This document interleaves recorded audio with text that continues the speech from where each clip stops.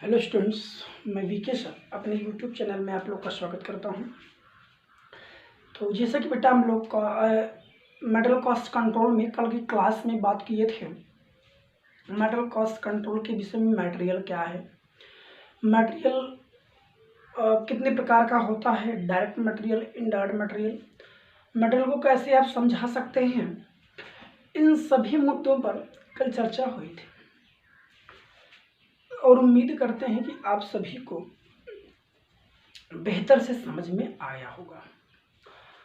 आज की क्लास में हम लोग मटेरियल्स या इन्वेंट्री के विषय में बताने वाले थे। आपको मैंने कहा था कल हम इन्वेंट्री के विषय में चर्चा करेंगे, स्टॉक के विषय में चर्चा करेंगे, जानेंगे स्टॉक है क्या, और उसके बाद मेटल कॉस्ट कंट्रोल का क्या उद्देश्य होता है, क्यों आखिर मेटल कॉस्ट के लागत को नियंत्रित किया जाता है, इसका क्या मकसद होता है। तो भाई इसको मैं चर्चा करूँगा। तो पहले मैं स्टॉक के विषय में जान इन्वेंट्री, उसके बाद आगे बढ़े, ठीक है। तो हेडिंग डालेंगे सब लोग। इसका जो टॉपिक है वो है इन्वेंट्री का। क्या है बेटा? इन्वेंट्री। इन्वेंट्री को स्टॉक और इसको स्टॉक भी कहते हैं। स्टॉक और इन्वेंट्री में कोई फर्क नहीं है। इसको रहतिया कहा जाता है, रहतिया, है ना। क्या कहते हैं? रहतिया, रहतिया, है ना, रहतिया भी कहा जाता है। सबसे पहले हम जानेंगे स्टॉक है क्या। स्टॉक का मतलब होता है किसी भी वस्तु की उपलब्ध मात्रा, किसी भी वस्तु की प्रयोग करने हेतु उपलब्ध मात्रा ही क्या कहलाती है? उस वस्तु का स्टॉक कहलाती है। जैसे मान लो ये रॉ मटेरियल है, इसका प्रयोग करके हम कोई नई वस्तु तैयार करते हैं, तो हम कहेंगे हमारे पास इतने का कच्चे माल का स्टॉक है, रहतिया है। और मान लो माल बनकर तैयार हो गया, अब मान लो ये 100 क्वांटिटी है, तो अब आप जब बिक्री हेतु भेजेंगे तो पूछा जाएगा भाई आपके पास कितने का स्टॉक है जो बिक्री कर रहे हैं, तो आप बताएंगे 100 का स्टॉक हमारे पास है।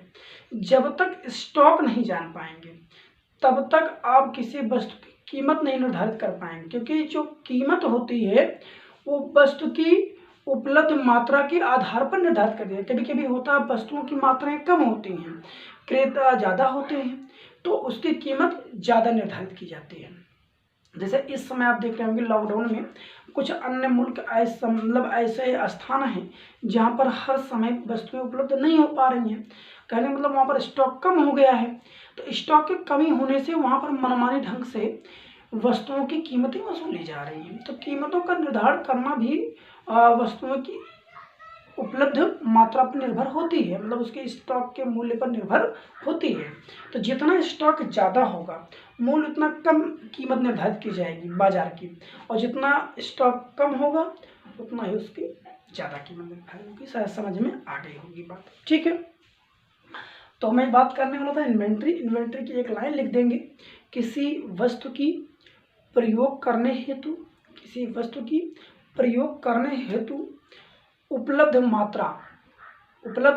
मात्रा ही उस वस्तु की क्या कहलाती है? रहतिया कहलाती है। नोट करेंगे, किसी वस्तु या सामग्री की प्रयोग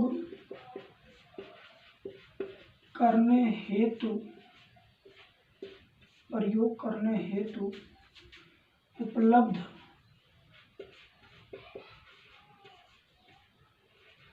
किसी वस्तु या सामग्री की प्रयोग करने हेतु उपलब्ध मात्रा ही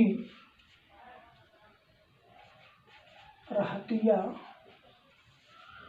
उपलब्ध मात्रा ही रहतिया कहलाती है।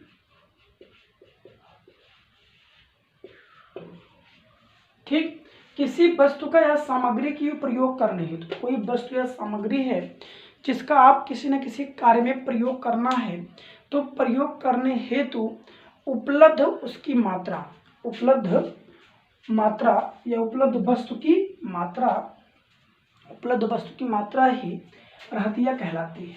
ठीक, जैसे चीनी बनाने के लिए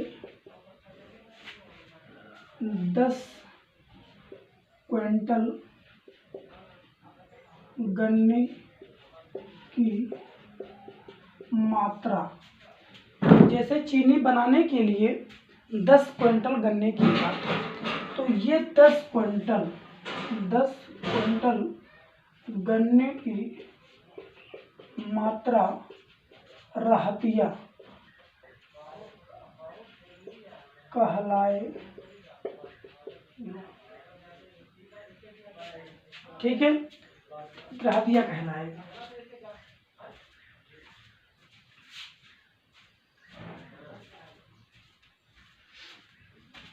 शायद बात क्लियर होगी आप लोगों को।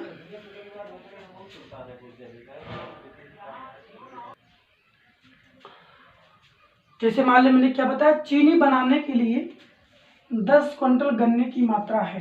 कितना क्विंटल है? 10 क्विंटल। तो 10 क्विंटल जो है, या 1 टन मान लीजिए, 100 क्विंटल ले लीजिए, तो जो ये 100 टन है, कहा जाएगा हमारे पास 100 टन गन्ने का स्टॉक है। अब आप चीनी बनाइए, स्टॉक की कमी नहीं होने देंगे, आता रहेगा। ठीक, तो यही आपका क्या होता है, स्टॉक। शायद क्लियर हो गया होगा। अब वो स्टॉक जो होता है बेटा, ये कई रूपों में होता है, लिखेंगे।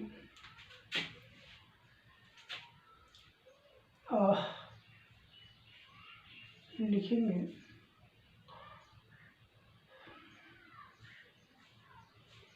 Types of inventory, types of inventory. Inventory के मतलब स्टॉक के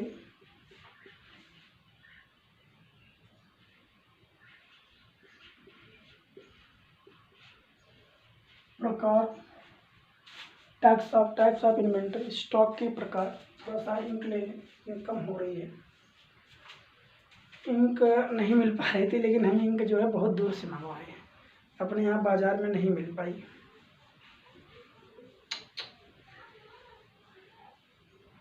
बाहर गिर गया इंक।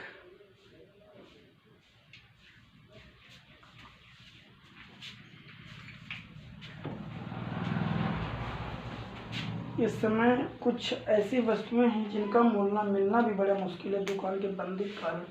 मैं कूड़े भार गया, कूड़े भार के पहले गुप्तारगंज पड़ता है, वहाँ गया तो वहाँ पर दुकान खुलवाया, तब जाके हमको इंक मिली हुई है। सोच लीजिए, मैं पढ़ाने के लिए आपको कैसे कैसे कहाँ से साधनों की व्यवस्था किया। ठीक है, लेकिन कोई बात नहीं, तो साधन उपलब्ध हैं, बेहतर से पढ़ाई हो सकती है। सबसे बड़ा आपका साथ होना चाहिए, बस इतना ध्यान दीजिएगा। इस टाइप्स ऑफ इन्वेंट्री, स्टॉक के प्रकार। स्टॉक मूल रूप से अगर देखा जाए 2 प्रकार का होता है। एक आपका है ओपनिंग स्टॉक और दूसरा है क्लोजिंग स्टॉक। ठीक, पहला क्या है बेटा, ओपनिंग स्टॉक, और दूसरा क्या है बेटा, क्लोजिंग स्टॉक। ये पहला आपका ओपनिंग स्टॉक। ओपनिंग स्टॉक का मतलब होता है जब वित्तीय वर्ष के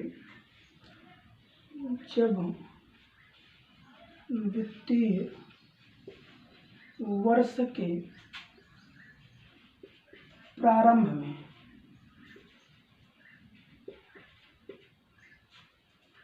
है ना, जब वित्तीय वर्ष के प्रारंभ में,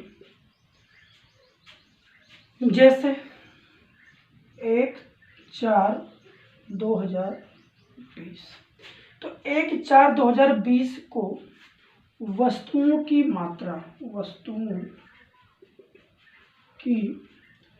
उपलब्ध मात्रा। ठीक, 1/4/2020 मतलब 1 अप्रैल 2020 से 1 अप्रैल 2020 को कोई भी वित्तीय वर्ष स्टार्ट हो रहा है तो स्टार्टिंग के समय वित्तीय वर्ष के प्रारंभ में ही वस्तुओं की उपलब्ध मात्रा या सामग्री की उपलब्ध मात्रा क्या कहलाती है? प्रारंभिक रहतिया कहलाती है, ओपनिंग स्टॉक कहलाती है।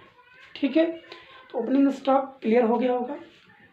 Stock which is available from opening time at 14-20। ठीक है, 1/4/2000। जैसे ये ओपनिंग डेट है, जिस समय वित्तीय वर्ष स्टार्ट किए जाते हैं, प्रारंभ किए जाते हैं, तो उस वर्ष में उस डेट पर जितने भी स्टॉक की मात्रा होगी वो सब क्या होगी? ओपनिंग होंगे। और ओपनिंग का जस्ट विपरीत क्लोजिंग होता है। जैसे यहाँ पर क्या लिखा है? जब वित्तीय वर्ष के प्रारंभ में, तो यहाँ पर क्या लिखेंगे? जब वित्तीय वर्ष के अंत में। जब वित्तीय वर्ष के अंत में वस्तुओं की मात्रा उपलब्ध रहती है, जैसे 31/3/2021 है ना, को उपलब्ध वस्तुओं की मात्रा। ठीक, क्या लिखा मैंने? जब वित्तीय वर्ष के अंत में वस्तुओं की मात्रा उपलब्ध हो, अगर उपलब्ध रहती है, तो अगर मान लीजिए वर्ष के अंत में वस्तुओं की मात्रा उपलब्ध है, इसका मतलब वो प्रयोग होने से बच गया है या बेचने से बच गया है ना। तो बेचने से जो माल बच गया है तो वर्ष के अंत में ही तो पता चलेगा बेचने से बचा है, बीच में तो नहीं चलेगा। जैसे शाम को हम सुबह हमारे पास, एक छोटा सा मैं एग्जांपल ले रहा हूँ, सुबह हमारे पास कितने मार्कर थे? 10 मार्कर्स थे। अब मान लो दोपहर का समय हुआ, तो दोपहर में मैं नहीं कह सकता ना कि हमारे पास इतना क्लोजिंग है, नहीं ना। जब शाम हो जाएगा और लगेगा अब इस दिन बिकने के चांसेस नहीं है, जैसे मान लो 3 बिक गए तो 7 बचे हैं, तो ये 7 क्या कहलाएंगे? अंतिम रहतिया या क्लोजिंग स्टॉक।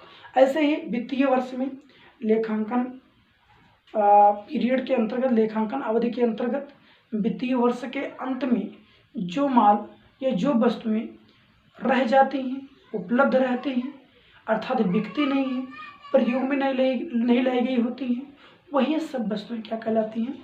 अंतिम रहतिया कहलाती हैं। ठीक, तो अंतिम रहतिया और प्रारंभिक रहतिया क्लियर हो गया। अब प्रारंभिक रहतिया में और अंतिम रहतिया के अंतर्गत है ना, सामग्री के कई स्वभाव होते हैं। तो लिखेंगे सामग्री के स्वभाव।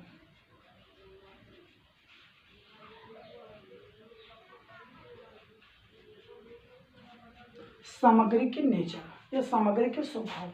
जैसे कितने स्वभाव होते हैं? पहला रॉ मटेरियल,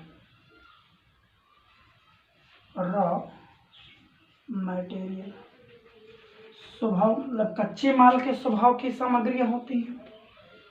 उसके बाद वर्क इन प्रोग्रेस, स्वभाव की सामग्रियां होती हैं। और फिनिश्ड गुड्स मतलब तैयार माल के स्वभाव की सामग्रियां होती हैं। वही सेम यहाँ पर लिखेंगे सामग्री के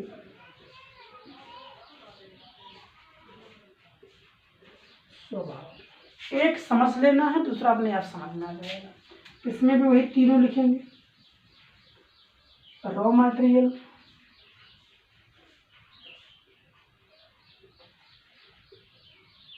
वर्क इन प्रोग्रेस,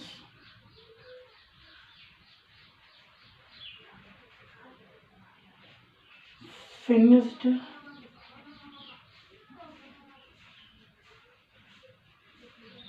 गुड्स। ठीक, 3 ये हो गए, 3 ये हो गए।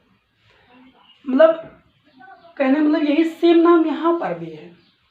मतलब अगर कच्चे माल की जो सामग्री है वो उपलब्ध है, लेकिन 1/4/2020 को उपलब्ध है, प्रारंभ में उपलब्ध है, तो क्या कहा जाएगा?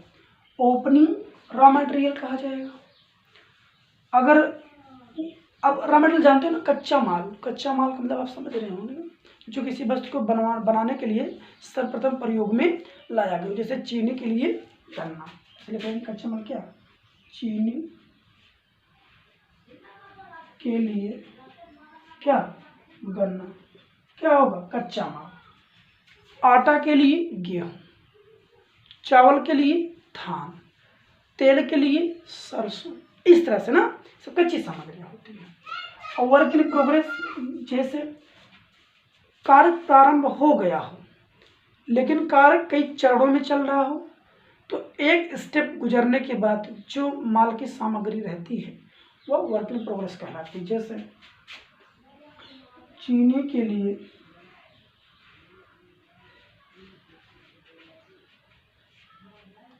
रस, है ना, गन्ने से जब रस निकल जाता है तो एक स्टेप कार्य हो जाता है, तो रस क्या होगा? वर्क इन प्रोग्रेस होगा। रस क्या होगा?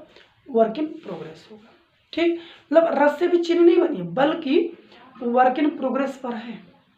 ठीक, और फिनिश गुड्स का मतलब क्या होता है? जब पक्का माल पूर्ण रूप से बिकने हेतु तैयार कर लिया गया हो ना, तो जैसे चीनी के लिए क्या? चीनी, भाई चीनी के लिए बनाने के लिए चीनी तैयार होगी तभी तो पक्का माल बनेगा। तो चीनी के मैंने एग्जांपल लिया, गन्ना कच्चा माल है, रस वर्क इन प्रोग्रेस है, और चीनी उसका क्या है? फिनिश गुड्स से तैयार माल है। तो यही जब वस्तुओं की मात्रा वित्तीय वर्ष के यदि प्रारंभ में मात्रा मिलेगी तो कहलाएगी ओपनिंग स्टॉक। क्या कहलाएगी? Opening stock. और जब आप रस की मात्रा किसी वर्ष के प्रारंभ में पाए जाएंगे तो कहा जाएगा opening stock of work in progress. यहीं पर तीनों में क्या कहेंगे? तीनों में आप जोड़ देंगे ऐसे, है ना, जोड़ देंगे, क्या लिखेंगे? ओपनिंग स्टॉक जोड़ दीजिए बस। जैसे जोड़ेंगे क्या कहा जाएगा? Opening stock of raw material, opening stock of work in progress, opening stock of finish goods. ठीक, रॉ मटेरियल जैसे चीनी के लिए गन्ना, वर्क इन प्रोग्रेस चीनी के लिए रस, और फिनिश गुड्स चीनी के लिए चीनी। क्या होगा इसका? तैयार माल होगा। क्लियर हो गई बात? समझ में आया? कोई डाउट तो नहीं? चलिए, अब ऐसे ही क्लोजिंग स्टॉक, जब यही ध्यान दो, अब इसमें कुछ और नहीं समझना है, रॉ मटेरियल क्या होता है, वर्क इन प्रोग्रेस कुछ नहीं समझना है, बल्कि जब यही ध्यान दो, गन्ना मान लो कितना आया? 100 क्विंटल गन्ना, 100 क्विंटल गन्ना 1/4/2020 को प्रयोग में लाया गया, 1/4/2020 को प्रयोग में लाया गया। लेकिन ये 100 क्विंटल गन्ना की मात्रा जो है, मान लो 31/3, ध्यान दो, 31/3/2021 तक 25 क्विंटल बच गया। तो यही 25 क्विंटल जो बच गया, प्रयोग में नहीं लाया गया, वही क्या कहलाएगा? क्लोजिंग स्टॉक कहलाएगा। तो कहेंगे closing stock of raw material, closing stock of work in progress, closing stock of finish goods. मतलब सामग्री के स्वभाव की मात्रा, अलग अलग स्वभाव की मात्रा जो किसी वित्तीय वर्ष में प्रयोग में लाने से बच जाती है, वो क्या कहलाती है? क्लोजिंग स्टॉक कहलाती है। ठीक है, तो आज क्लास में मैंने क्या समझाया आपको? इन्वेंटरी के विषय में संपूर्ण कहानी रचा। इन्वेंटरी क्या होती है, कितने प्रकार की होती है, ओपनिंग और क्लोजिंग। ओपनिंग में सामग्री के स्वभाव अलग अलग होते हैं, क्लोजिंग में सामग्री के स्वभाव अलग अलग होते हैं। मैंने इस तरह से 3 भागों में बांटकर समझा दिया। उम्मीद करते हैं क्लास बहुत बेहतर से आपको समझ में आ गई होगी। और क्लास आपके द्वारा देखी नहीं जा रही है, आप देखिए, समझिए, नोट्स बनाइए बेटा, इसका आपको भविष्य में बहुत बड़ा बेनिफिट होने वाला है। आप खुद सोचेंगे इतनी बेहतर क्लास कैसे हम मिस कर रहे हैं, इसको कभी आप सोचिएगा। आप अगर पढ़ते रहेंगे तो अपने आप कोरोना आपसे भागता जाएगा। अगर आप कहीं बिजी नहीं रहेंगे, आप अपने को फ्री रखेंगे, तो कहीं ना कहीं आप लोगों से मिलना ये सब भावना होगी, तो वहीं कोरोना का ट्रांजैक्शन हो जाएगा। इसलिए उनसे दूर रहें, पढ़िए, माइंड रखिए, अपने घर पर रहिए, स्टे रहिए, सेफ रहिए। ठीक है, तो आज क्लास यहीं पर रोकी जाती है। आप पढ़िएगा, समझिएगा। धन्यवाद।